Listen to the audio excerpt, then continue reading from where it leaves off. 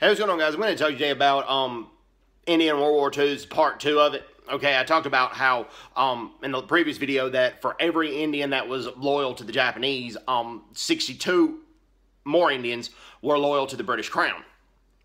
I'm going to talk to you today about some of their accomplishments in World War II. Okay, the Indians that fought for Britain, they won 28 Victoria Crosses during World War II. And the youngest one was a man who was 21 years old.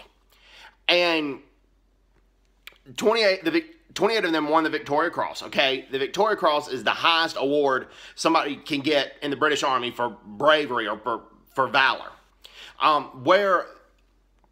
Actually, the Indians who fought for Britain it was about 500,000 of them. They formed the largest volunteer force in World War II, okay? All of them were volunteers. The British Army did not conscript Indians. They were all volunteers. And they were spread over 3 continents. They were in Asia. That most of the people defending Singapore and Malaysia from the Japanese were not British, but they were Indians fighting for the British. They were in the Middle East, North Africa, and then they were in Europe. Winston Churchill had prejudice against Indians throughout his entire life, and he detested the idea of Indians fighting for the British, of an all-British Indian army. But the Indians that kept their cool at Dunkirk and evacuated so well at Dunkirk and kept their cool under such pressure, it caused him to change his mind on that. He still had prejudice, though, and we'll talk about that later in the video. But the Indians evacuated well at Dunkirk, and they showed a lot of cool and poise in the face of such calamity and such chaos. And also in North Africa, the British won their first ground victory in World War II. That was thanks to the Indians who fought for the British.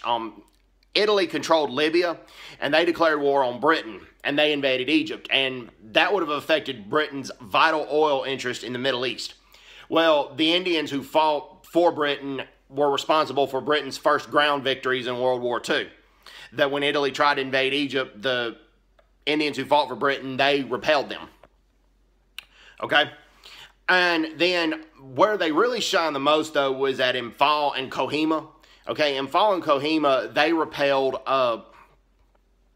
Japanese invasions in those areas, and they crushed the Japanese ground forces in that area. And also they crushed the Indian National Army, who the Indian National Army fought with or alongside Japan. But the testimony of a British officer who commanded British Indian soldiers, he said the Indian National Army, some fought bravely and gallantly to the last man, but the vast majority of them did not. The vast majority of them retreated pretty quickly and pretty soon. Actually, 60,000 British Indian soldiers were captured in Singapore, and the Japanese persuaded this guy named Captain Singh to convince the Indians to tear up their allegiance to the crown and to fight alongside the Japanese with the Indian National Army. Well, out of 60,000, 20,000 of them did,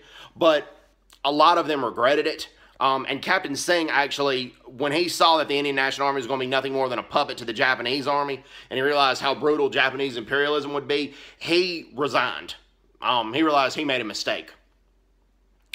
And so the Indian National Army went and got a guy named Chandra Bose.